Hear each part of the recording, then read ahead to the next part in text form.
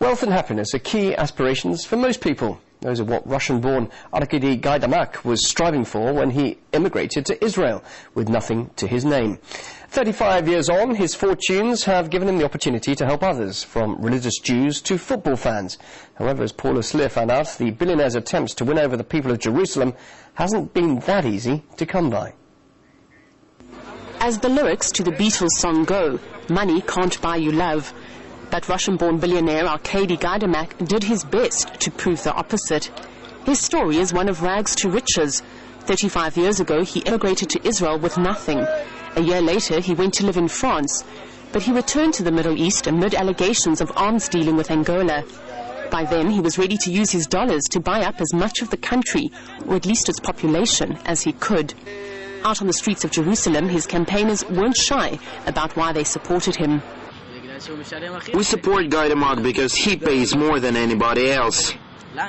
He pays us 400, 500 shekels to be here for the day. But it's not the real reason.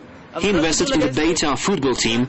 He's going to invest in the city and make Jerusalem into an empire. The Beitar football club was the first item on Gaidamak's shopping list. The team was in trouble, but with Gaidamak's money, it managed to win the championship. Next was a hospital for religious Jews. And his crowning moment, the setting up of a tent city for the frightened residents of Israel's south, who were being fired at almost daily by Qassam rockets from Gaza. I love Gaidamak. He is the only person who has managed to get a reaction out of Olmert. Number one, jealousy, but he actually makes Olmert react. I'm afraid he didn't capture the public eye. I think that there was a lot of propaganda against him nationwide. But on the political stage, Gaidamak has never done well. So it was no surprise to anyone, except maybe him, that he lost the mayorship. He blamed everyone, but not himself. A very small group of people took de facto control in the country, and I'm only who make them to be afraid, because I denounce them and I will root them from the position that they took de facto illegally. But for many, Gaidamak's attempt to win over the people of Jerusalem is simply a cover for the fact that he is still a wanted man who's trying to shift the focus away from problems in his own backyard.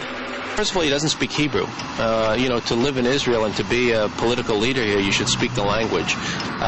He's bought a lot of companies here, made a lot of investments here. Most of them at this point have not been successful. He's in business arguments or court cases with a lot of his partners. He has 2 serious or 3 serious investigations against him with the police. The police have now asked him to put up a bond so that he doesn't flee the country in case he's indicted. For centuries, Jerusalem has captured the imagination of sultans, kings and emperors. A lot of blood has been spilt to rule the holy city. Nowadays, while the battle for Jerusalem is different, the prize is no less great, being mayor of the world's most sacred place. But everybody knows that Jerusalem is not just another city, and to come to power here, one needs more than money. Paula Slier, RT, Jerusalem.